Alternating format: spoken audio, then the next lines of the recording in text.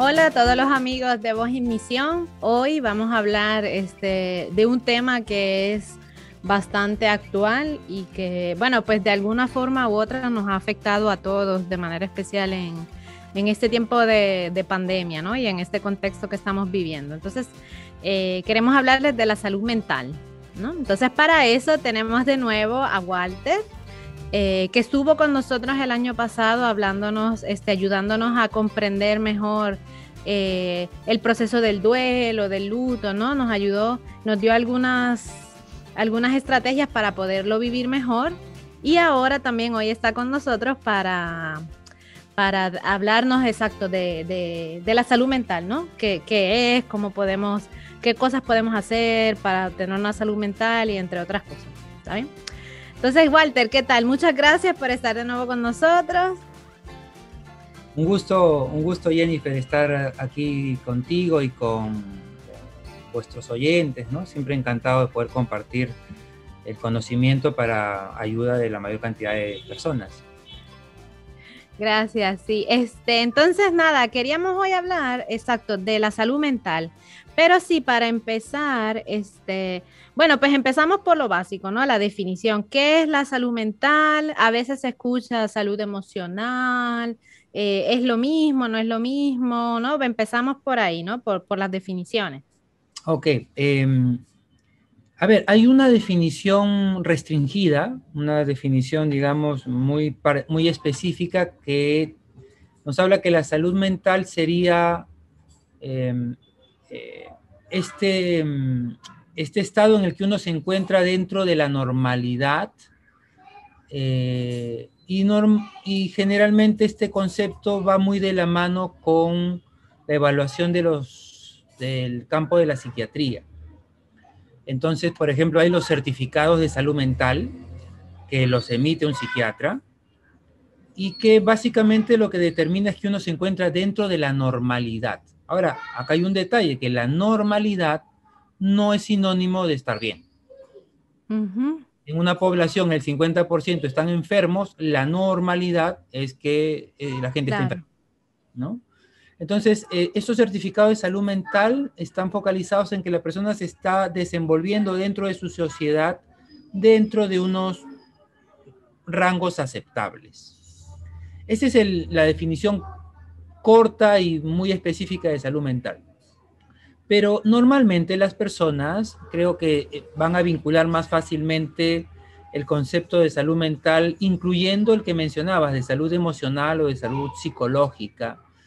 Y ya cuando hablamos así, nos referimos a estar bien, a tener capacidad de afrontar las situaciones de la vida, de modo que salimos adelante a pesar de las dificultades que siempre se presentan a lo largo de la vida de todos los seres humanos, ¿no? Entonces ahí estamos hablando de capacidad de afrontamiento, ¿no? Capacidad de regularme en mis emociones, capacidad de buscar soluciones a las dificultades.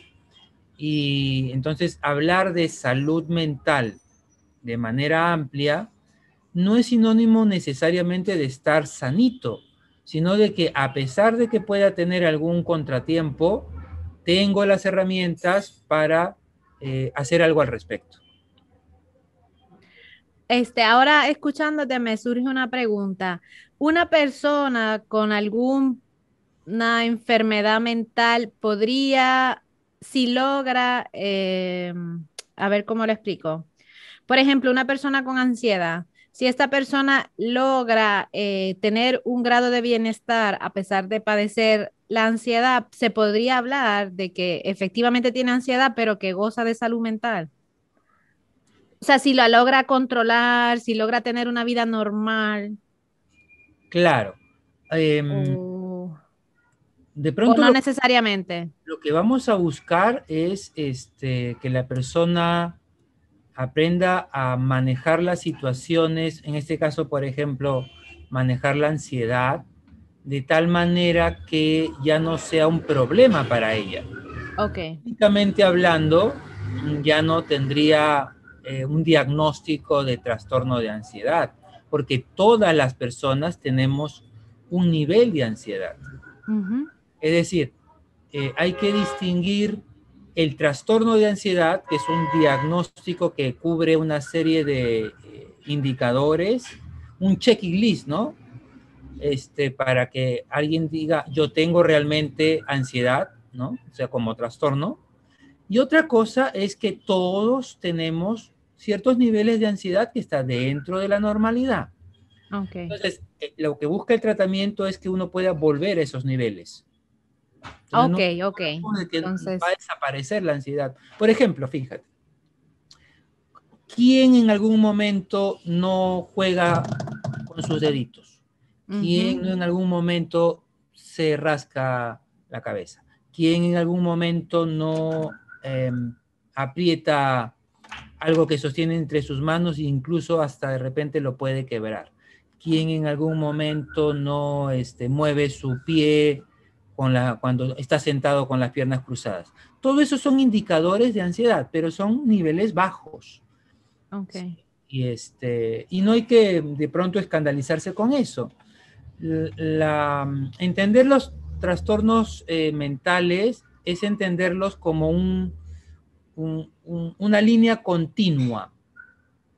Es decir, en el extremo de la línea están los casos que reciben los diagnósticos y en el otro extremo está lo que la mayor parte de los seres humanos vivenciamos y atravesamos y lo manejamos.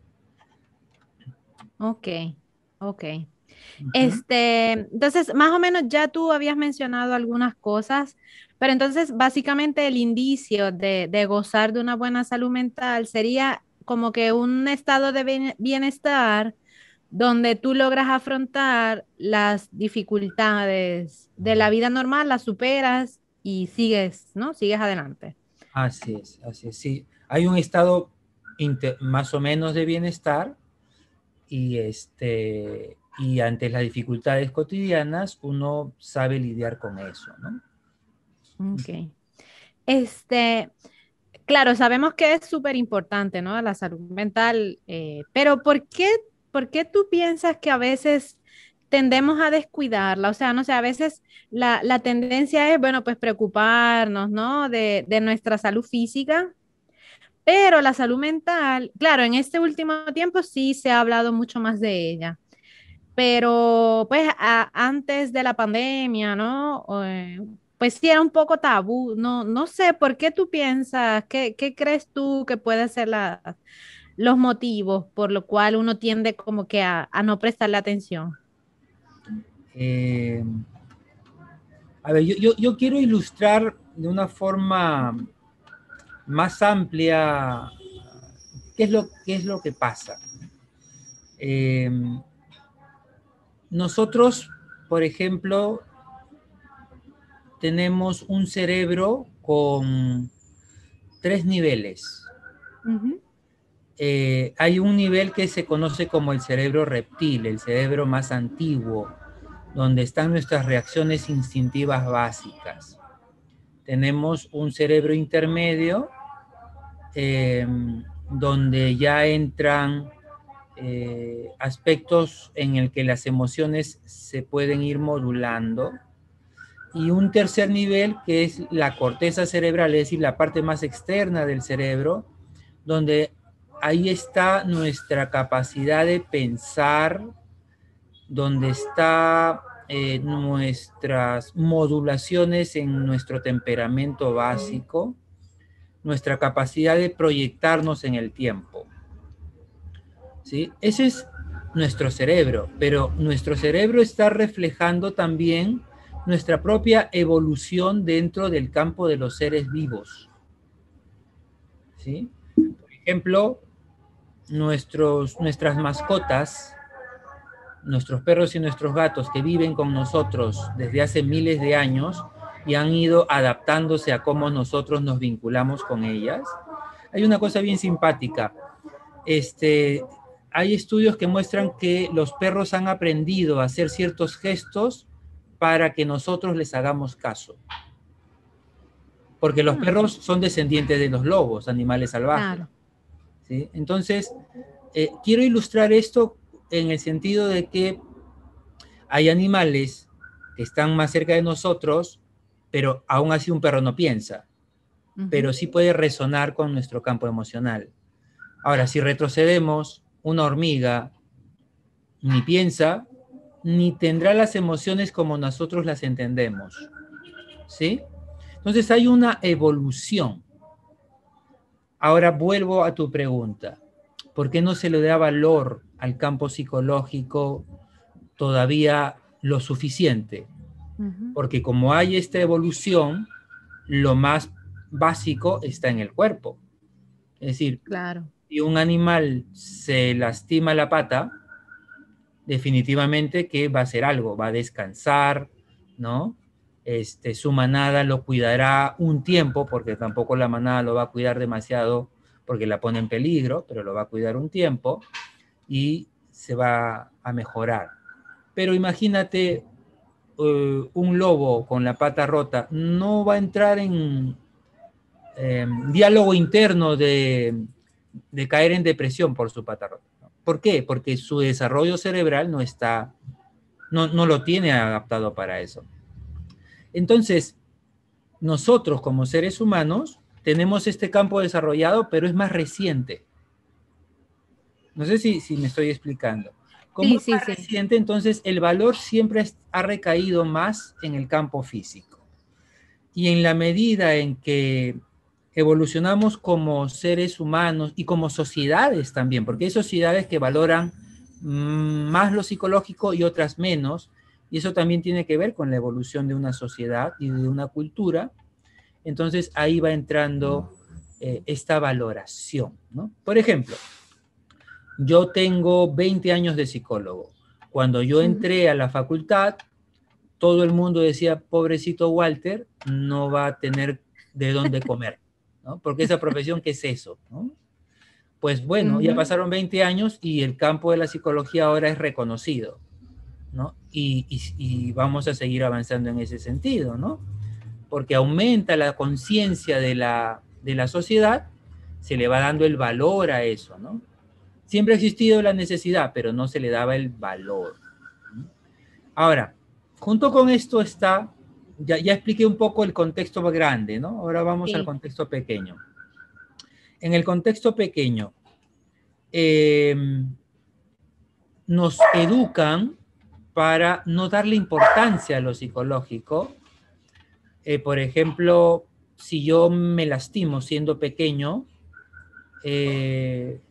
fíjate lo que muchos papás o mamás dicen: aguántate, sé fuerte, no sí, o no llores, llores, ajá. ¿no? Inclusive, algunos podrán decir sóbate, pero hay otros que dicen levántate rápido y que nadie se dé cuenta que te has golpeado. Entonces ahí hay una serie de mensajes que van justo en contra de reconocer que me ha dolido, que me he sentido avergonzado, que necesito que alguien me dé cariño, que me consuele, que son estrategias de afrontamiento psicológicos. Y entonces ahí ya se instala en la familia y en los primeros momentos de vida que a eso no hay que darle importancia, ¿no? Que hay que ser fuertes. Y fuerte se entiende como no mostrar lo que siento. Claro, porque de alguna forma u otra te hace vulnerable, ¿no? El Claro, mostrar tus claro. emociones, ¿no? Tus Así es. sentimientos. Claro, y gracias por el comentario, porque este concepto de que te hace vulnerable tiene sentido para afuera de la familia. Ojo con ese detalle, o sea, que me haga vulnerable, que yo me muestre temeroso o lloroso, me hace vulnerable si estoy en la calle y mi amiguito, mi vecino empieza a burlarse de mí.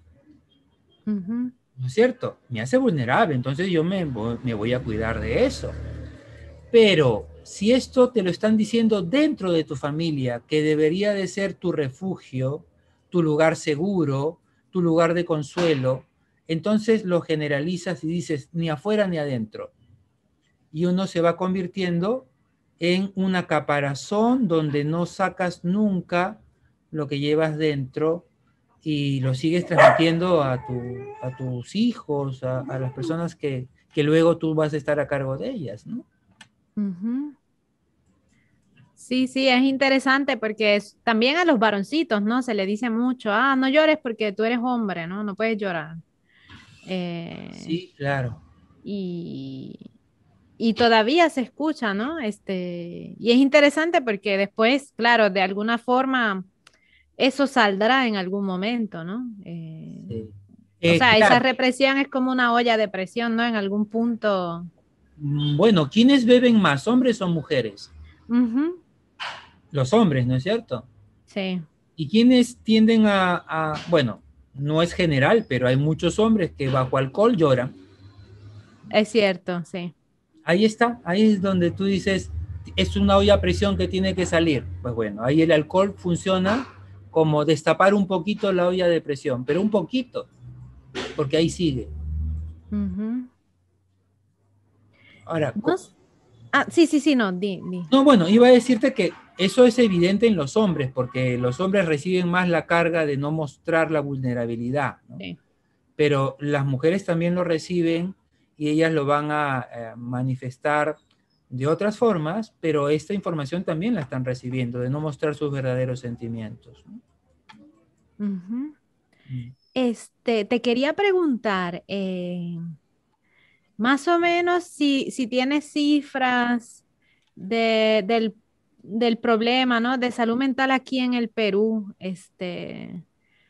seguramente por la pandemia, pues sí, se ha agravado, pero no sé si tienes más o menos algunos datos Mira, o... a grosso modo, a propósito de la pandemia, los trastornos mentales que giraban entre el 20 y el 30%, pues se han visto incrementados, ¿no?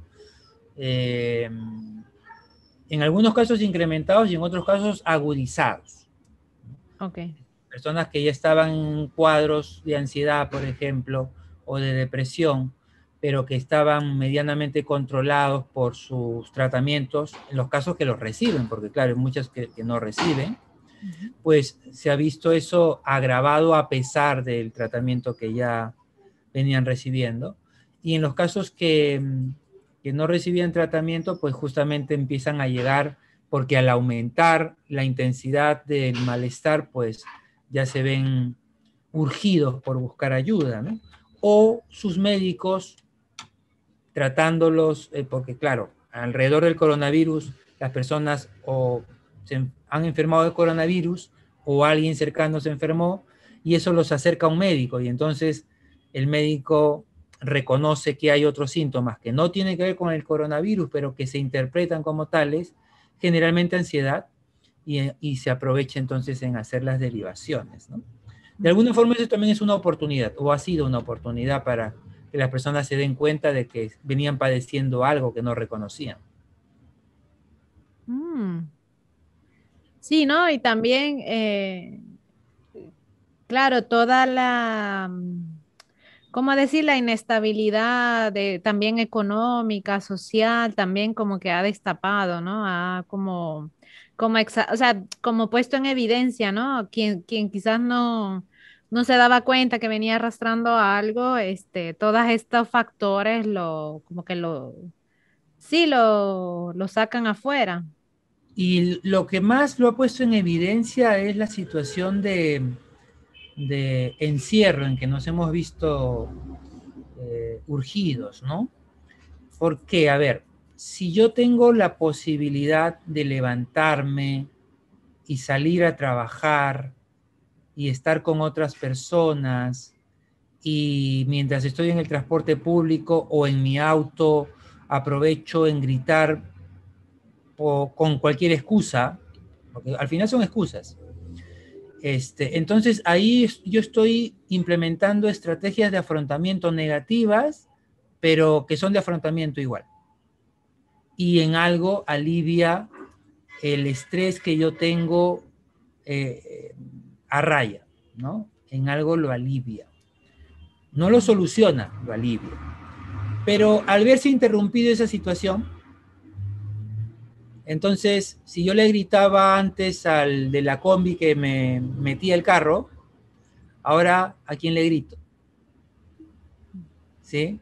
Si antes yo conversaba con mis amigas en la peluquería y eso me ayudaba a aflojar las tensiones de tener que ver a los niños o problemas con mi pareja, pues ahora ¿con quién lo he tenido que hablar? Si antes, mientras mi esposo salía a trabajar, yo conversaba por teléfono y no me tenía que preocupar de que me escucharan, y ahora que yo vivo en un lugar pequeño, que no tengo privacidad y que a lo más puedo de repente whatsappear, pero encima tengo que mi pareja de repente es de los que le gusta mirar mis WhatsApps. ¿Te das cuenta? Todo lo que ha Sí, amarrado. Entonces, solo ese hecho, ¿ah? Ni siquiera de repente que yo he tenido premura económica, de repente no la he tenido, pero toda la situación de encierro ha implicado un montón de limitaciones sociales que sirven de desfogue, de alivio a esa olla a presión que ujú, comentabas, y entonces eso ha traído aumento de la violencia intrafamiliar. exacto. Eso ha traído aumento de los abusos de diferente tipo, físico, sexual, psicológico, dentro de las casas, ¿sí? Y eso es evidente porque han aumentado las denuncias a nivel de los centros de emergencia mujer, por ejemplo, de las demunas, ¿no? Ujú. También el abuso de sustancias, ¿no? Me parece que también se ha incrementado en este tiempo, ya sea alcohol o alguna otra cosa. Ah, sí, claro, porque son sustancias que se usan para diluir la ansiedad, la depresión y otros tipos de alteraciones que uno tiene, ¿no? Entonces, cuando eso no lo puedo manejar por la situación que vivimos, aumenta también el consumo de cualquier sustancia, y no solamente de sustancias, de cualquier aspecto adictivo, ¿no? Ujú. También la pornografía, este, y en este caso, por ejemplo, de repente el que se iba a jugar al tragamonedas, y ahora ha descubierto los juegos online, ¿no? En línea, ¿sí? Entonces, solamente son cambios en la forma, pero Ok, el hábito no se interrumpe, la adicción no se interrumpe, ¿no? ok. Por ejemplo, si una persona, ¿qué puede hacer una persona o qué indicios puede, puede notar una persona, ¿no? Entre lo que sería, por ejemplo, niveles de estrés normales, niveles de tristeza o depresión normales, niveles de ansiedad normales. O sea, ¿qué tips, o sea, qué cosas yo puedo, qué señales, ¿no? ¿Qué señales de alerta una persona tiene para darse cuenta que ya de unos niveles normales o bajos se está incrementando, ¿no? Y ya sería una cuestión de tomar algún tipo de acción o buscar algún tipo de ayuda. A ver, tu pregunta me lleva a hacer un deslinde primero antes de contestarla, ¿no? Ok. Normalmente las personas tienen la idea de que ir al psiquiatra o al psicólogo es sinónimo de estar mal. O sea, es una idea relacionada con el ámbito médico, ¿no? O sea, solamente voy al médico cuando tengo un problema y que Ujú. me está trayendo graves consecuencias. Graves consecuencias, fíjate. Pero en el campo en el campo psicológico, porque el psiquiatra es un médico, así que vamos Claro. a dejar el psiquiatra a un lado. El psicólogo puede ayudar y ayuda en los problemas, y es un colaborador importante junto con el psiquiatra en ese sentido. Pero el psicólogo también ayuda a que uno pueda ser mejor persona, a que esté mejor de como está. Eso significa que no hay que ir al psicólogo porque se está loco, como todavía se sigue diciendo, o porque uno esté mal. Yo puedo ir al psicólogo no porque esté mal, sino porque quiero estar mejor. Ok. O porque quiero ser una mejor persona. ¿Eh? Y eso tiene que ver con lo que comentábamos antes. Todos tenemos rangos de ansiedad normal, entre comillas. Lo cual me está diciendo que yo tengo algo ahí. Chiquito, pero tengo algo que puede ser mejorado. Okay. ¿Ok? Entonces, con esta salvedad, volvamos a la pregunta, ¿en qué situaciones entonces que yo identifique que tendría que buscar algún tipo de ayuda profesional? ¿No es cierto? Si yo normalmente soy una persona dialogante, tranquila, que sé escuchar, y de pronto empiezo a darme cuenta o me hacen ver que estoy irritable, que estoy contestando feo, que grito, pues ahí hay una diferencia. Algo ha pasado en mí y ya no estoy siendo quien normalmente solía ser. Si yo normalmente me siento relajado, me siento ágil, me siento bien físicamente, ¿eh? Y de pronto empiezo a sentirme tenso, empiezo a sentir que me duele la cabeza con cierta regularidad, que de pronto empiezo a decirme, ay caramba, creo que me necesito un masaje. Entonces hay algo diferente que se está evidenciando en una tensión física. Si yo normalmente duermo bien y de pronto empiezo a tener dificultades para pasar bien la noche, eso es un indicador de que hay algo que me está pidiendo prestarle atención. Si yo normalmente paso tiempo con mis hijos, paso tiempo con mi pareja, y de pronto de un tiempo a esta parte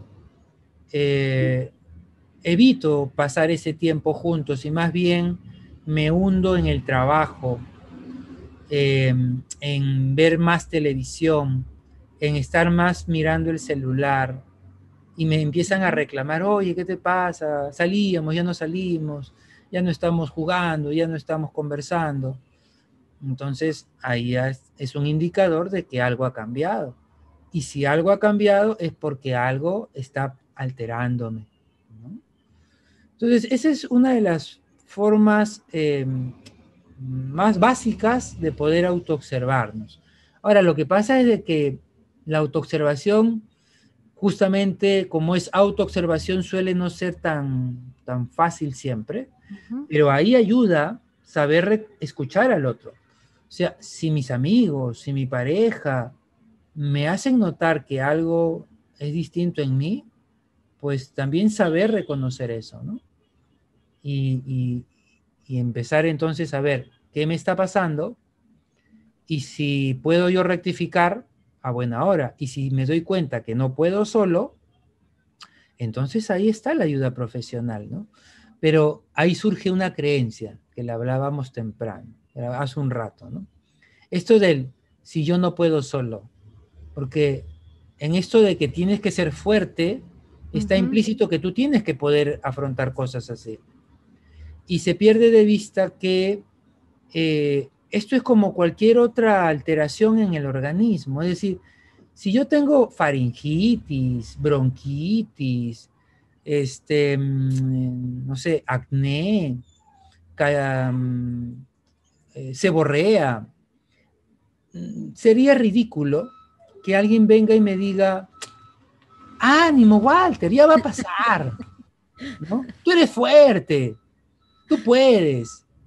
No sé, Sí. nunca he escuchado que alguien diga algo así con respecto a una enfermedad física. Pues es exactamente igual de ridículo que alguien te toque el hombro y te diga, vamos, tú puedes, ¿no? No No es para estés tanto, triste. no estés triste, ¿no? Distráete. Lo que necesitas es vacaciones. no va por ahí el asunto, ¿no? Entonces, es saber reconocer de que cuando a alguien le pasa algo y no lo puede manejar solo, pues busca ayuda. Y es interesante cómo es que las personas que tienen auto, por ejemplo, se desviven por su auto. Si al auto le empieza a fallar algo, van al mecánico. Saben que tienen que hacerle mantenimiento, pero consigo mismos, con el mantenimiento de su cuerpo y de su mente, No. no lo pueden hacer. Les cuesta, ¿no? Y esto tiene que ver con ese entrenamiento que hemos recibido de niños de primero el otro y después tú, ¿no? Que a veces está presente. Ujú. Este, ya para cerrar esta parte, ¿no? ¿Cuáles serían entonces los tips para el autocuidado? O sea, para yo, para prevenir o para simplemente tener un nivel de bienestar mayor o mejor, ¿no? Para cuidar de mi salud mental, ¿no? Para tomar conciencia e ir cuidando también ese aspecto de mi persona. ¿Qué tips tú recomendarías? Bueno, para encabezar los tips, vamos a tener en cuenta una cosa. De pronto esto también es un estímulo para algunas personas. Cuidar de mi salud mental también es cuidar de mi salud física. Ujú, ¿Eh? Si, por ejemplo, yo estoy con una depresión, la depresión va de la mano también con una inmunosupresión, es decir, con un sistema inmunológico más débil. Y con un sistema inmunológico más débil, estás más propenso a enfermar. ¿Ok? Entonces, tomando en cuenta este detalle, yo creo que se hace más evidente e importante la salud mental. Entonces, eh, fundamental es que ante algo que te afecta, lo hables. Algo que parece tan sencillo, pero que es sumamente importante, ¿no? Hablar. Y hablar lo suficiente que uno sienta que ese compartir mi dolor, compartir mi preocupación, me ha llevado a sentirme aliviado o mejor. Hablar es fundamental, Jenny, porque cuando yo me quedo callado, esto es como un run run que me sigue ujú. dando vueltas en la cabeza y va en aumento. En cambio, cuando yo lo comparto, el solo hecho de hablarlo ya es liberador. Y cuando yo lo hablo, además, me escucho a mí mismo. Y cuando uno se escucha a sí mismo, a veces se da cuenta de que no era para tanto, a veces te das cuenta de algo que no te habías dado cuenta antes, a veces encuentras una solución sin que el otro necesariamente te diga algo. Es el solo hecho de poder verbalizarlo. Cuando a veces no podemos verbalizarlo, pues por lo menos escribirlo, ¿no? Pero escribirlo con la actitud de liberarme de esto para estar bien. A ver, y digo esto porque tú conoces a los trolls, Ajá, ¿no? sí, sí, Son estas personas que se dedican a escribir barrabasadas en las redes sociales. Pues exacto, ellos, sí, sí. ellos están liberando también, pero esa es una forma negativa de liberar. ¿Sí? Un troll, cuando ataca a alguien por la razón que sea, en el fondo está atacando a alguien de su vida, actual o del pasado. Que es exactamente lo mismo que cuando el conductor le grita a otro conductor en el tráfico. No se lo grita a ese otro conductor, se lo está gritando a alguien de su vida, de ahora o del pasado. Entonces, la forma positiva es ser consciente a quién le estoy sacando esto, ¿no? Entonces no se trata de escribir o de gritarle al primero que pasa. ¿Qué culpa tiene el otro, no? No, ok, voy a sacar mi sentimiento. Yo estoy triste por esto. Yo te extraño, mamá. Por ejemplo, a veces es el sentimiento de tristeza. Pues sacarlo, te extraño, mamá. Es como escribir una carta.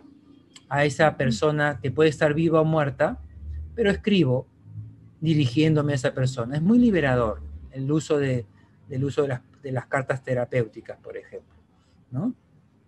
Entonces es hablarlo, o por lo menos escribirlo, ¿no? Sacando, con el deseo de liberarme y de estar en paz, ¿sí? Fíjate, acá hay una palabra clave, paz. El que trolea nunca está en paz, por eso sigue troleando.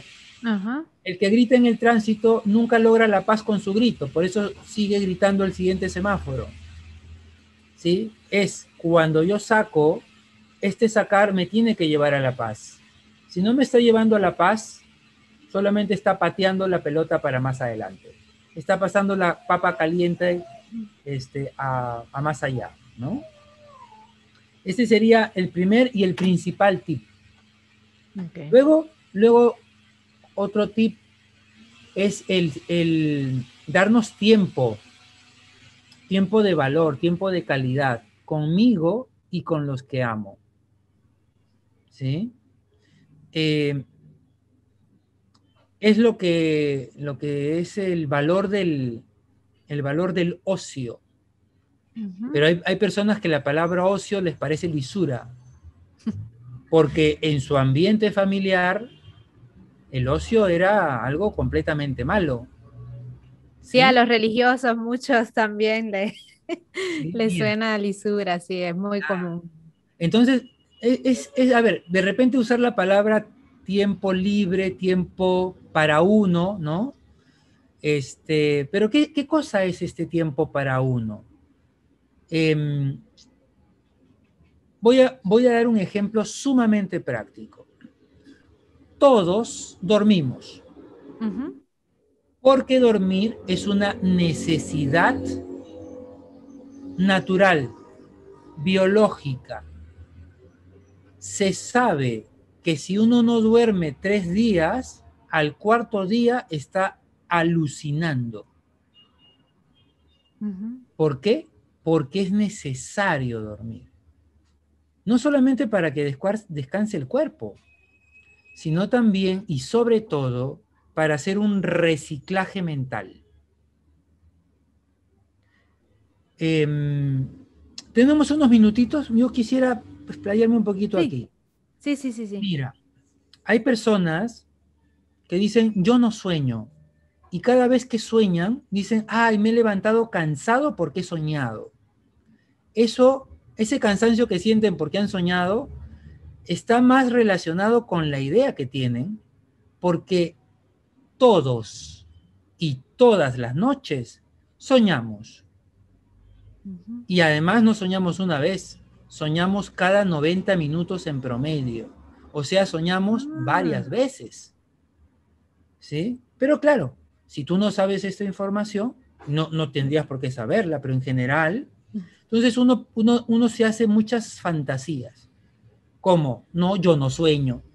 Y entonces si sueño, hay diferentes tipos de fantasías como me cansa, como si he soñado, seguramente algo malo me va a pasar, si he soñado, seguramente es una premonición. Entonces tú te imaginas, todos seríamos premonitores entonces. Si todos soñamos, y soñamos varias veces, ¿sí? Y soñamos por una razón sencilla. El cerebro en ese sueño tiene 4 etapas. Y hay una etapa en la que se desconecta completamente, se apaga. Dura unos segundos, pero esos segundos sirven para que en ese apagado mental uno puede darse un respiro, así como cuando uno hace y te sueltas. Pues ahí pasa en esa cuarta etapa. Es un apagón que te descansas, ¿no? Porque normalmente estamos con la mente que dale y dale. ¿Y a qué le da y le da? A todo eso que tenemos. Y algunos que viven preocupados, pues están con la preocupación, dale y dale. Los que viven más tranquilos, pues eso lo tienen mucho menos. Para eso dormimos, para poder descansar, no solamente del cuerpo, sino también de la mente. Y hay otra etapa del sueño, que es justamente la que es el soñar, los sueños, que sirven para resolver lo que durante el día no pudimos resolver. Si durante el día tú tuviste un mal rato con alguien, durante uno de tus sueños tú vas a soñar que ese mal rato lo afrontas, lo resuelves, lo haces diferente. Entonces es la oportunidad que tiene el cerebro como para decirte, mira, mañana será diferente. Te estoy mostrando otra opción, ¿no? Y entonces, ¿qué pasa cuando alguien no duerme bien? Incluso cuando uno toma medicamentos para dormir por largo tiempo, que altera las fases del sueño.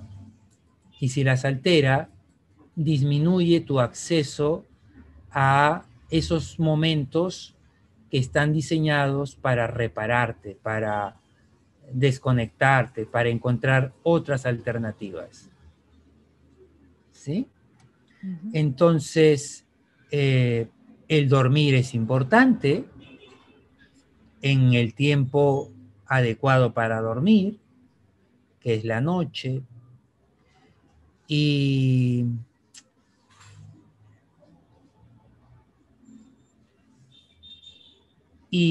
si yo estoy teniendo problemas de sueño y me acostumbro a la medicación y no busco resolver el problema, sino que me acostumbro solamente a dormir con medicación, eso entonces también va a traer sus consecuencias en el largo plazo, ¿no? Entonces, el problema no es tomar medicación para dormir. Ojo con eso. Si es necesario, eso colabora. Pero yo tengo que, además de eso, ir a buscar la solución a lo que me ha llevado a no poder dormir. Y entonces, cuando yo encuentre la solución, la medicación ya no va a ser necesaria. Es una consecuencia natural de eso, ¿no? Entonces, por aquí van parte de el tiempo. Estábamos hablando del tiempo libre, ¿no es cierto? Del tiempo de valor para cada uno. Y, por ejemplo, el meditar o el rezar, la contemplación, que forman parte del ámbito de la vida religiosa que tú comentabas hace un rato, ¿no? Ese es parte de mi tiempo libre, si lo veo también como mi tiempo libre, porque si lo veo también como un deber en cierto nivel, ya no es mi tiempo libre, ¿no? Claro, ya. Ya pierde su valor en ese sentido.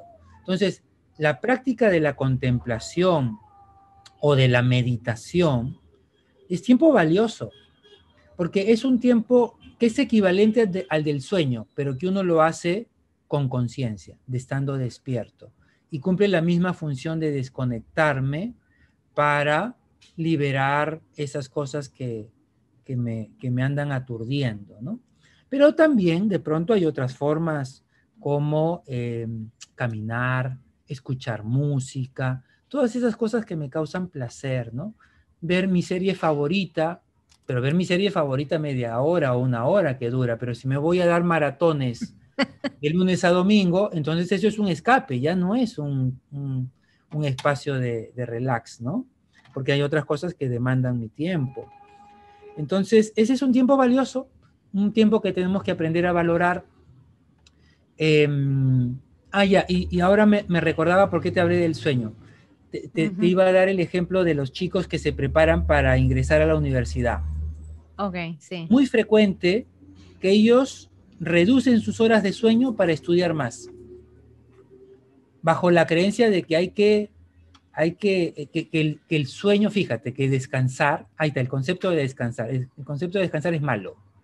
Yo tengo que estudiar más, ¿no? Y entonces se saltan el hecho de que cuando tú duermes y descansas, tu mente está más lúcida. Y si tu mente está más lúcida, vas a poder aprender mejor. Y ahí la importancia de valorar el tiempo libre. Es descansar para que cuando estoy en mi actividad, yo rinda mejor, que se supone que es lo que uno quiere. las personas que trabajan y trabajan y dicen, yo trabajo y trabajo para darle todo a mi familia, ¿sí? Y no hay el tiempo de descanso. Bueno, ¿qué significa todo a tu familia? Y en su cabeza darle todo es dinero y darle cosas, cuando lo primero que tendría que estar es tiempo de calidad y expresión afectiva, o sea, amor. Y eso, dar amor necesita tiempo, y ese es el tiempo valioso que hay que valorar, ¿no? Yo suelo usar esta metáfora para recordar lo importante. Es cuando tú tengas 80 años y miras atrás o mires atrás, ¿qué es lo que vas a recordar más? A ver, te pregunto a ti, Jenny, aquí en confianza. ¿Qué es lo que más crees que vas a recordar cuando mires atrás en tu vida? Creo que a las personas significativas, ¿no? Que han pasado por mi vida, ¿no? Ajá. Todos los años, todos estos años. Esas personas significativas, cuando las recuerdes, las vas a recordar en los momentos que viviste con ellas. Claro. ¿Cierto? Vas a recordar los momentos vividos con ellas. Vas a recordar cuando mamá de pronto te preparaba una sopita caliente y con mucho cariño te la servía. Vas a recordar cuando con tus amigas salían y se reían juntas y bailaban o lo que fuera. Vas a recordar cuando tu padre un día te dijo, me siento orgulloso de ti, hija. Son momentos llenos de expresión física, de palabras dichas con amabilidad, con orgullo, ¿no? No vas a recordar eh, las horas de trabajo. Quizás recuerdes a tus amigos de trabajo pasándolo bien. No vas a recordar el día que te pagaban tu sueldo y que tú veías un fajazo de dinero y decías, con esto le voy a comprar el juguete último que ha salido a mi hijo. Lo que vas a recordar de pronto es a tu hijo diciéndote, papá, ven, juega conmigo con mi juguete. Y la verdad que al niño le importa muy poco que el juguete tenga luces. Lo que va a recordar tu hijo es el momento jugando con papá. Entonces, eso ayuda a poner las cosas en perspectiva, ¿no? Esto es otra cosa valiosa dentro de los tips. Reflexiona, obsérvate a ti mismo y pregúntate cada cierto tiempo, ¿qué es lo importante de la vida? ¿No? Las personas viven en automático y a veces no se detienen, no paran a decirse o a preguntarse esto, ¿qué es lo importante en mi vida? ¿Qué es lo valioso? ¿No? Tengo 10.000 contactos en Facebook. ¿Y cuántos amigos?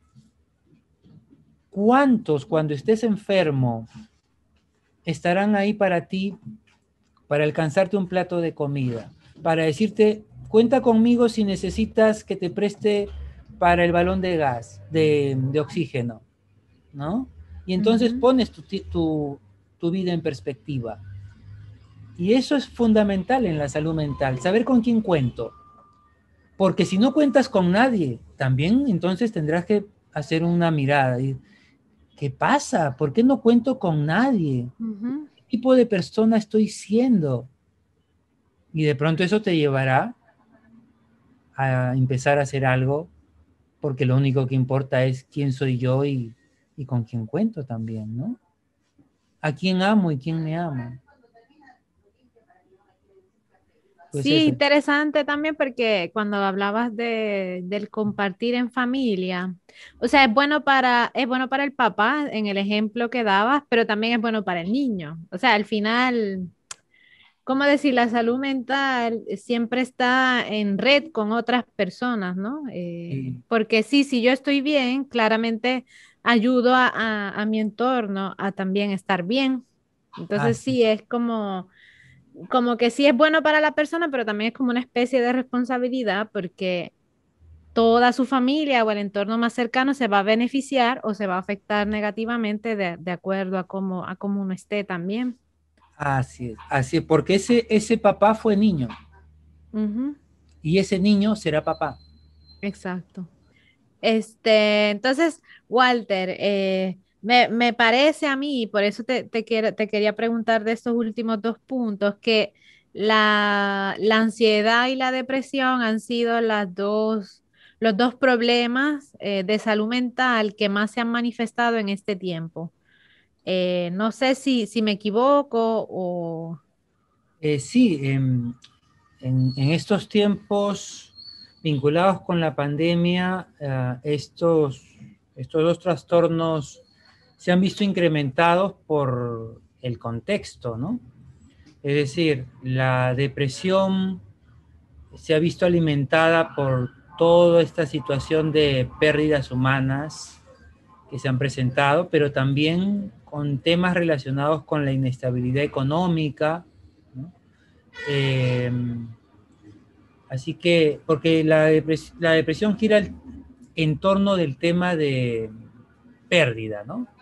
Entonces las pérdidas pueden ser de diferente tipo y todas ellas nos van a llevar a empezar a afectarnos, de modo que sentimos que no tenemos eh, alternativas, ¿no? Eh, y esto es lo que hace que nuestra energía se vea restringida, ¿no? La depresión es una suerte, uno lo vive, uno lo siente como una falta de energía Ujú. en términos generales, y esto obedece a esta pérdida de perspectivas, de opciones. En cambio, la ansiedad tiene más el matiz del temor a que algo me vaya a pasar, y en este contexto es el temor a enfermarme, el temor a que alguien querido de los míos se enferme, eh, el temor a perder mi trabajo, ¿no? O sea, y tiene una perspectiva con este matiz de que algo malo me vaya a terminar ocurriendo, ¿no? Entonces, claro, definitivamente que el contexto de la pandemia ha sido el caldo de cultivo para que esto se vea incrementado o agudizado, ¿no? Según el caso. Ujú.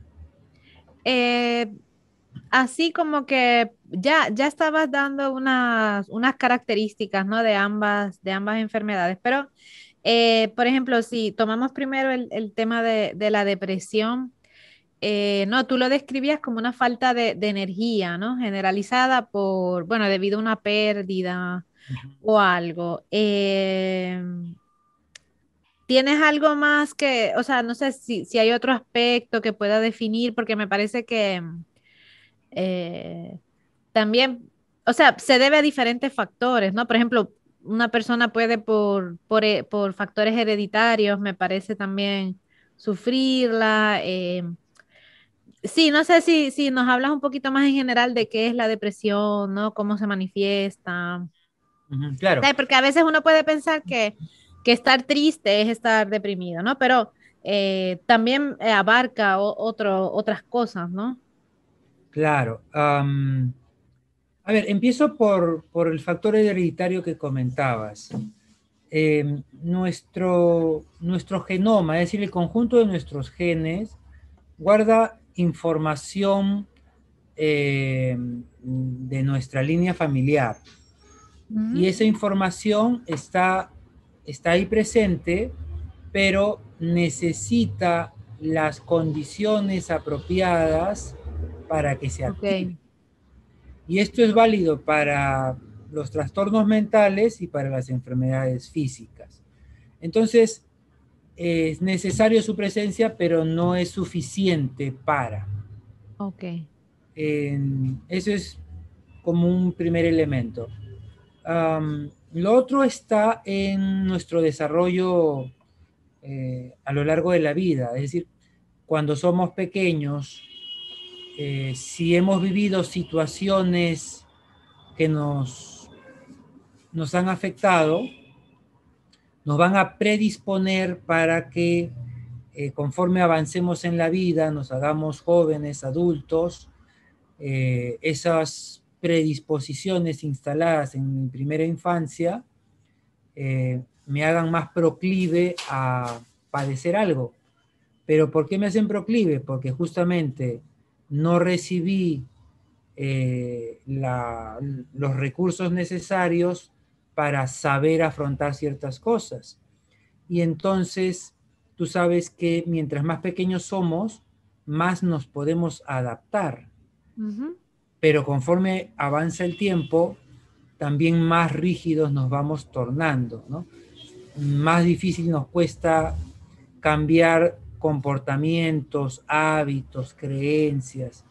Entonces, por ejemplo, si yo he perdido a mi madre cuando ella me dio a luz, eso me pone en unas condiciones completamente distintas a si yo he crecido con mi mamá y mi papá y todavía los tengo vivos, ¿no?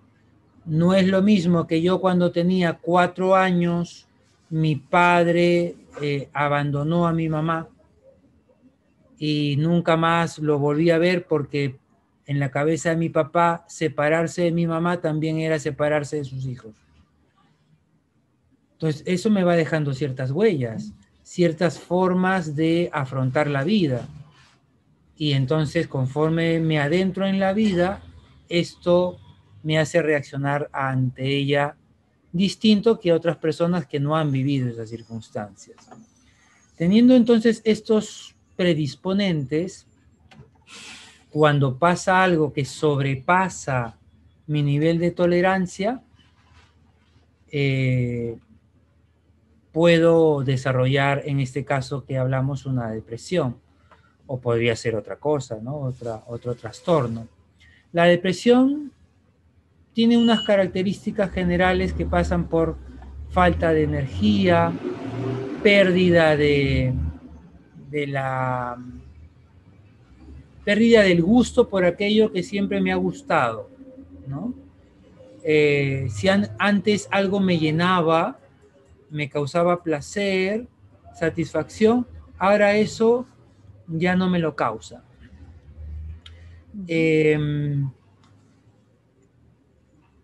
Hay sentimientos de tristeza, fíjate, hay sentimientos de tristeza, es decir, en la depresión hay tristeza, pero no porque yo tenga tristeza es correcto decir que tengo depresión. Aunque claro, coloquialmente uno lo usa, ¿no? Pero la tristeza es tristeza, es una emoción que todos transitamos en algún momento.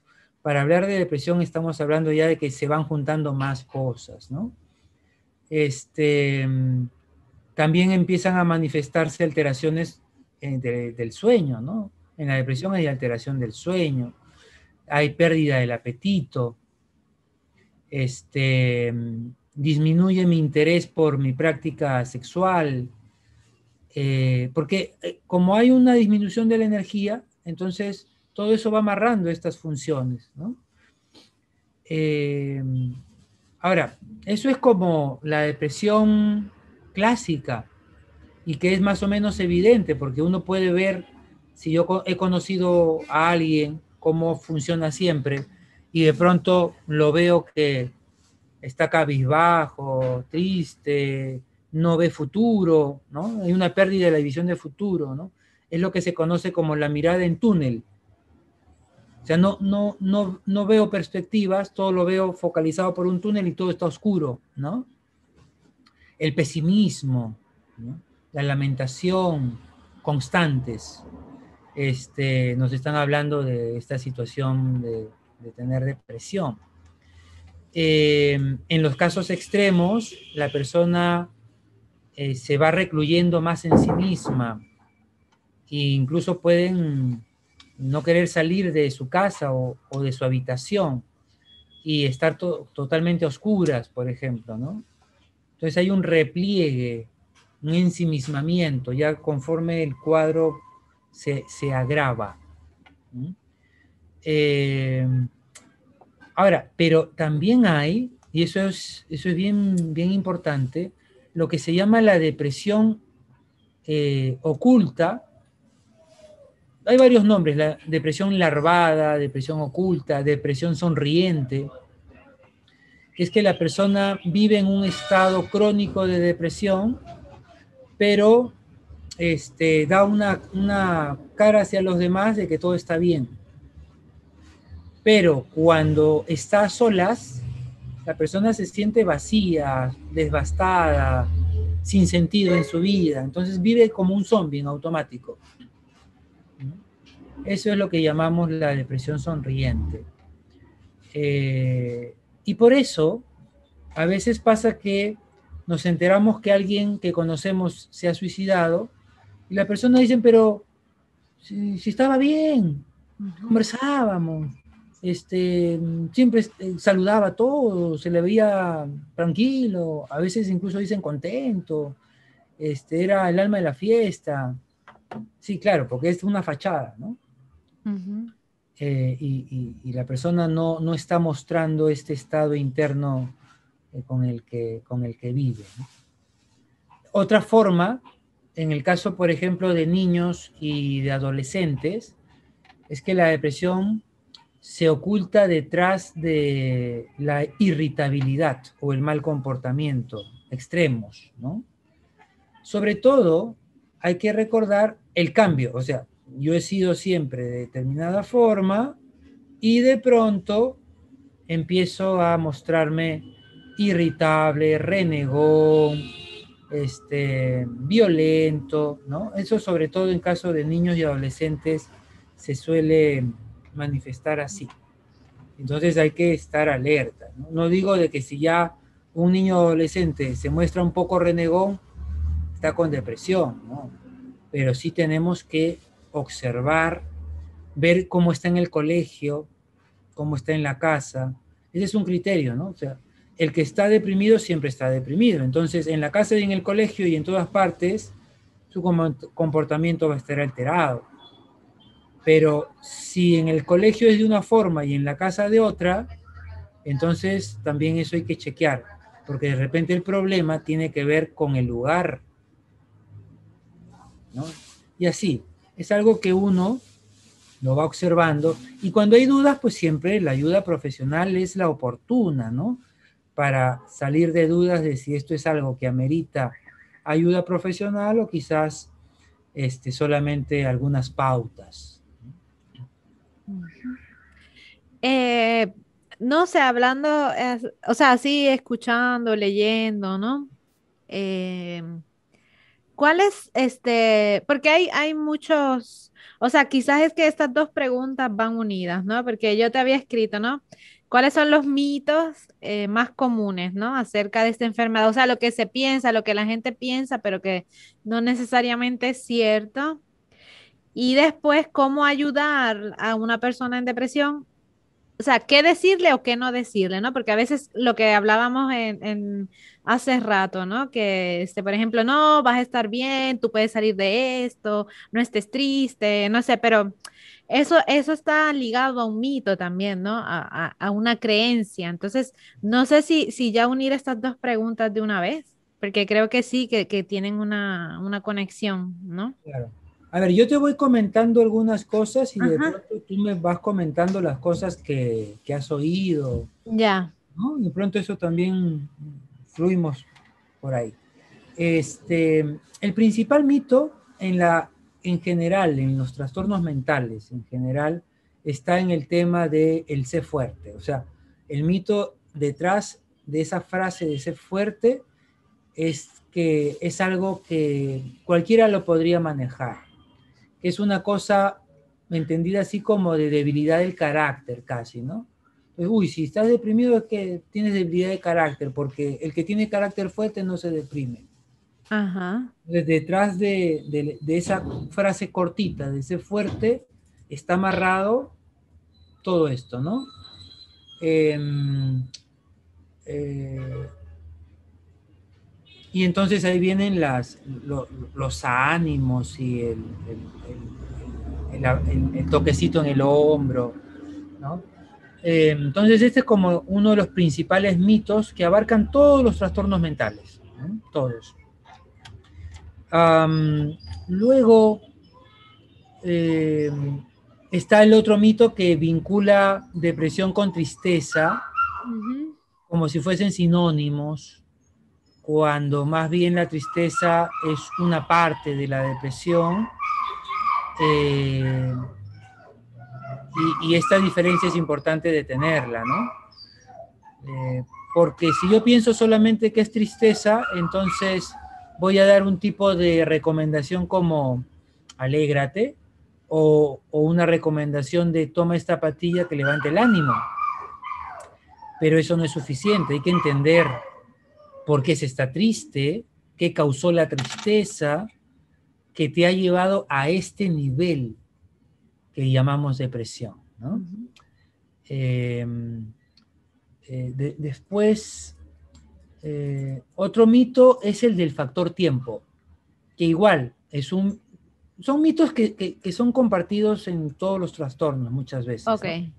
¿no? No en todos, digamos, pero en muchos de ellos, y es el del factor tiempo. El tiempo lo cura todo, es una frase corriente, ¿no?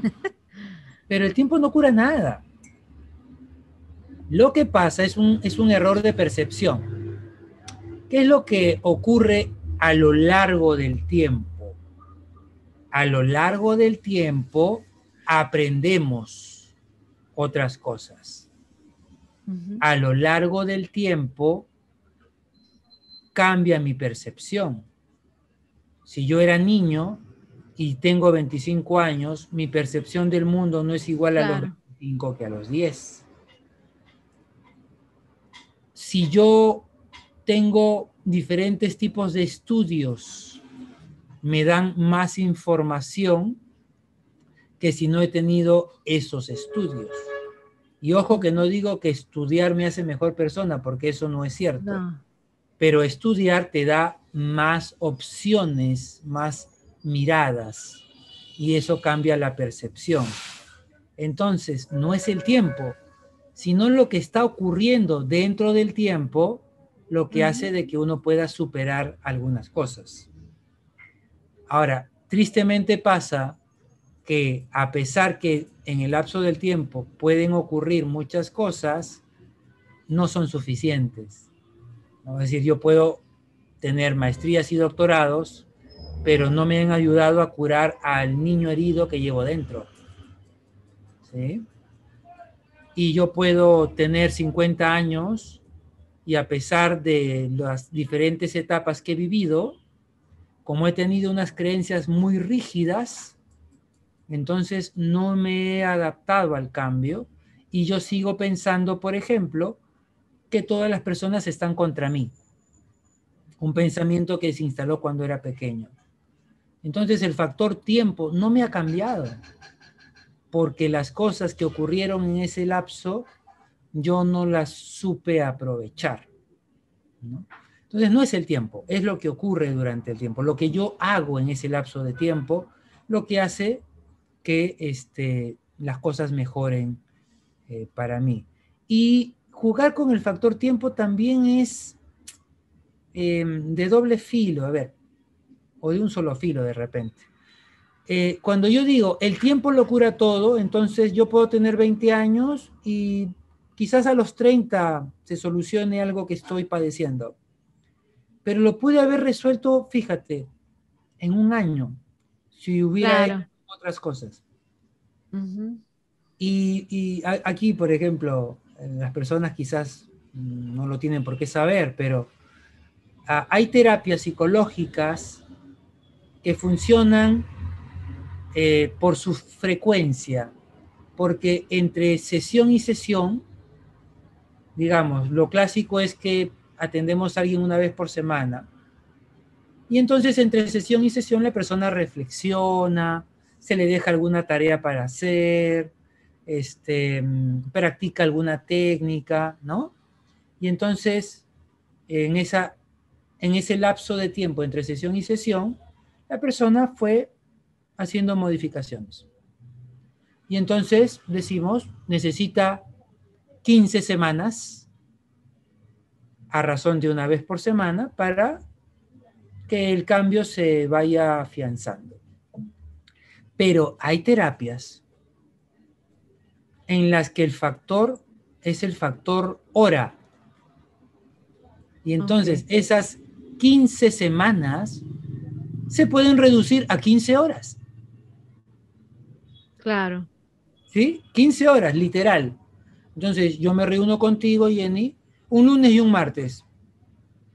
Y ya para el miércoles ya tenemos un avance que lo hubiéramos podido tener en 15 semanas, o sea, en 4 meses. ¿Sí? ¿Me explico? Sí. Entonces, fíjate, ahora, si tú lo dejas al factor tiempo, puedes pasar una década. Ajá. Una década, tantas cosas que te habrás perdido, Exacto. estabas viviendo a medias. Con la ansiedad, en cambio, ¿qué cosas las personas suelen creer? Eh, Antes sí, definir un poquito qué es la ansiedad y después eso, también más o menos la misma dinámica, ¿no? Como que lo que las personas pueden pensar que es la ansiedad, pero que en realidad es erróneo. Claro, a ver, la ansiedad es un cuadro que involucra, de forma así, lo primero y sencillo es lo que las personas suelen llamar nerviosismo, Ok. ¿sí? Estoy nervioso. Y cuando una persona describe qué cosa es estar nervioso, es que tienen una sensación interna de algo que les causa zozobra Ujú. o temor, que no saben definir muy bien. A veces esa sensación interna la pueden extrapolar a una sensación de temblor físico e incluso se puede ver a algunas personas que tiemblan un poquito. Poquito, pero ellas lo amplifican porque su percepción está alterada, ¿no? Eh, Dentro de esto entra también eh, el dolor de cabeza, también puede estar acompañado en la ansiedad. El insomnio también puede acompañar a la ansiedad. Eh, es esta aprehensión.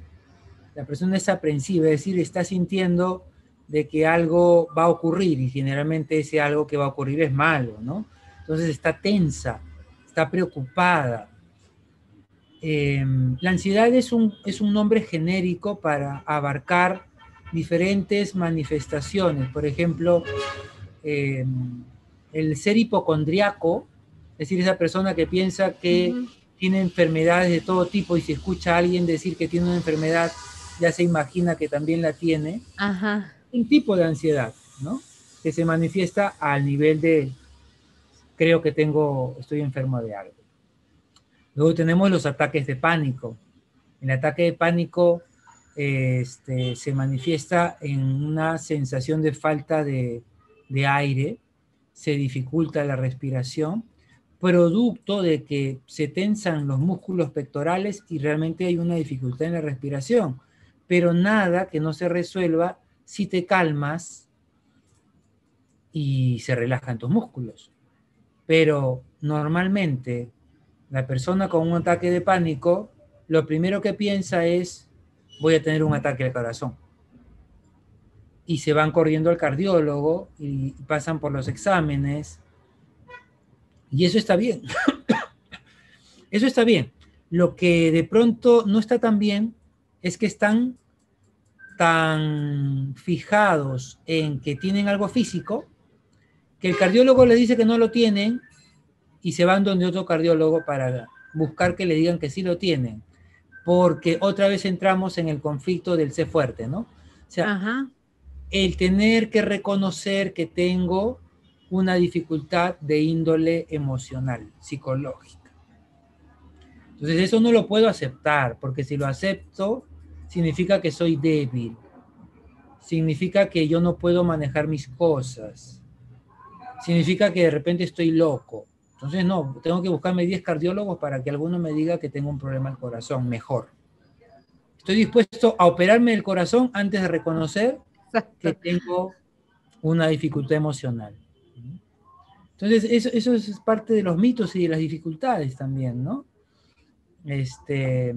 Pero bueno, ahí entra este elemento, la dificultad respiratoria que va de la mano con el dolor de cabeza, porque si yo tengo una dificultad para respirar, el oxígeno no va a llegar lo suficiente arriba. Claro. Y por eso es la consecuencia del dolor de cabeza, ¿te das cuenta? Entonces son cosas que están amarradas unas con las otras, ¿no? Y así ya para terminar,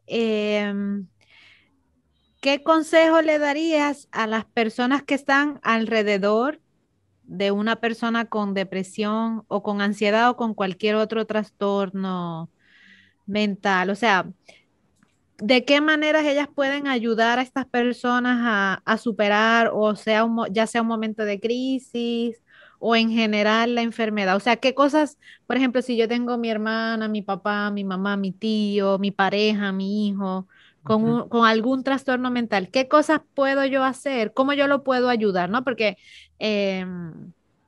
muchas veces cometemos, ¿no?, los errores de pasarle, ¿no?, de poner la mano en el hombro, como tú mencionabas, pero es porque en realidad no sabemos cómo acompañar, no tenemos idea. Entonces, para no cometer estos errores y ayudar de una manera efectiva, ¿qué consejos nos darías? El primero es que si tú estás escuchando lo que estamos conversando y te hace sentido, empieces a aplicarlo ya en tu vida y en tu hogar. O sea, no hay que esperar que alguien tenga un trastorno para ya empezar a aplicar esto. ¿Y cómo lo puedes aplicar ya? Empezando a hablar de tus sentimientos con otros, de modo que los otros empiecen a darse cuenta que hablar de los sentimientos no está mal, Ok. sino que está bien, ¿sí? Porque tú sabes que se enseña con el ejemplo, Ujú. ¿no? Esa es la primera cosa, empezar a poner en práctica esto. Eh, Otra cosa práctica es, si tú que me escuchas, alguna vez has ido al psicólogo o a un psiquiatra o estás yendo, pues que no te dé vergüenza de decir que estás yendo. Porque si tú sientes vergüenza, ¿con qué cara vas a pedirle a otro que vaya? Si Ujú. aparentemente es algo vergonzoso, ¿sí? Entonces, eso también está implicado, fíjate. Yo me sorprendo cuando le digo a un paciente, bueno, quisiera que en la siguiente cita pueda acompañarte tu esposa o alguien con quien tú Ujú. vives para que podamos ver tu progreso. Y me dicen, ah, ya, pero voy a tener que decirle que he estado viniendo a consulta. ¿Qué? ¿Tenemos meses y no les has dicho? No. Entonces, ¿qué está oculto detrás de eso? Todavía hay vergüenza. Ujú. Entonces, ese es el segundo paso para aquellos que alguna vez han recibido ayuda profesional, soltar esa vergüenza porque han tenido logros. Pero fíjate, ¿por qué es importante esto? Si yo he ido a un psicólogo y me ha ayudado, pero no le cuento a nadie que me ha ayudado, nadie se entera que el psicólogo es útil. Y entonces Sí, se es queda... como normalizar el tema también, ¿no? Es Claro, fundamental. claro. Es bien simpático cómo las personas con tanta tranquilidad son capaces de decir no solamente que fueron al médico, sino que fueron a diferentes especialidades, excepto a psiquiatría y a psicología, cuando Ujú. es exactamente igual, ¿no? Entonces, este es el segundo punto. Como tú dices, normalizar el tema, soltar cualquier idea ahí de vergüenza o temor que todavía se pueda tener, decir, sí, yo he ido o yo voy y me está ayudando en esto y en aquello, ¿no? Entonces, eso. Ahora, lo siguiente sería el escuchar, ¿sí? El escuchar. Las personas con cualquier problema, ya no con trastornos, sino con cualquier problema, vienen y dicen, oye Jenny, me está pasando esto. Ujú. Y de pronto tú dices, ah, ya. Oye, pero ¿te enteraste de tal otra cosa? Entonces ya cortaste, ¿no? Y a veces se corta porque uno dice, pero es que no sé qué decirle. Bueno, es que no tienes nada que decir. Tienes que escuchar. ¿Y eso cómo te hace sentir? ¿Y tú qué piensas al respecto? ¿Y has buscado algún tipo de ayuda? O sea, ayudamos con preguntas, no ayudamos con nuestras respuestas, porque son nuestras. La persona necesita sus respuestas, ¿no? de repente por ahí podemos comentarle algo, como normalmente se hace. Pero lo que principalmente las personas necesitan es sentirse escuchadas. Ahora bien, claro, si te llaman lunes, martes y miércoles y jueves, para seguir contándote lo mismo, va a pasar que tú te vas a saturar. Ajá. Entonces, ahí cuentan dos cosas. Que tú le digas, esto que te preocupa, sería bueno que también escuches a otras personas con otros puntos de vista, lo cual te va a aliviar a ti y también le va a ser útil a la otra persona, porque cada Claro. persona tiene su forma de escuchar y su forma de preguntar o de repente inclusive de darte algún alcance que le puede ayudar. Y la otra razón sería que si te llama todos los días, es que quizás necesita ayuda profesional. Y entonces ahí entra ya esta parte de reconocer y de recomendar, ¿no? Mira, veo que necesitas ayuda profesional y sería bueno. Y aquí entonces aclarar, el psiquiatra es un médico que da medicación. El psicólogo está para ayudarte a encontrar recursos personales. ¿Qué cosa es un recurso personal? Una cualidad. Por ejemplo, tranquilidad, esperanza, fuerza, energía, capacidad de reflexión. Esos son recursos personales. Que todos tenemos nuestros recursos personales, algunos más y otros menos. Y hay que fortalecerlos o hay que descubrirlos o incorporarlos. Ese es el papel del psicólogo, ayudarte a encontrar esos recursos. Y si hay algún aspecto traumático que te está obstaculizando encontrarlos, ayudarte a resolver esos aspectos traumáticos. Los traumas se resuelven, ¿sí? Se resuelven. Las personas piensan a veces que no se resuelven y que hay que resignarse a vivir con ellos. Entonces se resuelven, es importante saberlo. Y ese es el papel del psicólogo. Entonces, saber los diferentes papeles, ¿no? Claro. Le voy a pedir al psiquiatra que me haga terapia psicológica, ese no es su papel. Y no le voy a pedir al psicólogo que me recomiende medicamentos, ese tampoco es su papel. Y cuando se necesitan, los dos van a trabajar juntos para ayudarme. Y cuando no, suficiente el psicólogo. Normalmente solo el psiquiatra, eso solamente es en casos muy puntuales, pero normalmente es el psicólogo con el apoyo del psiquiatra, ¿no? Ese es el camino saludable. Así que estos más o menos serían los principales tips a tomar en cuenta, ¿no? Escuchar, con el ejemplo, mostrando que compartir las emociones es normal, natural y saludable, y saber recomendar cuando es necesario recomendar una ayuda pertinente, ¿no? Ok, Walter, muchísimas gracias por estar con nosotros. Te hemos tomado bastante tiempo esta vez. Y de verdad, bueno, pues te deseamos muchas cosas buenas y en la labor que realizas, ¿no? Que ayudas a tantas personas, ¿no? A tener un bienestar, ¿no?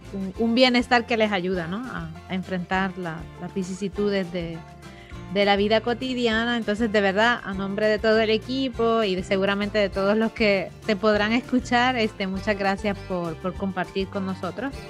Y muchas gracias a los amigos que nos han visto hasta el final y nada, nos vemos en otro episodio de Voz en Misión. Muchas gracias.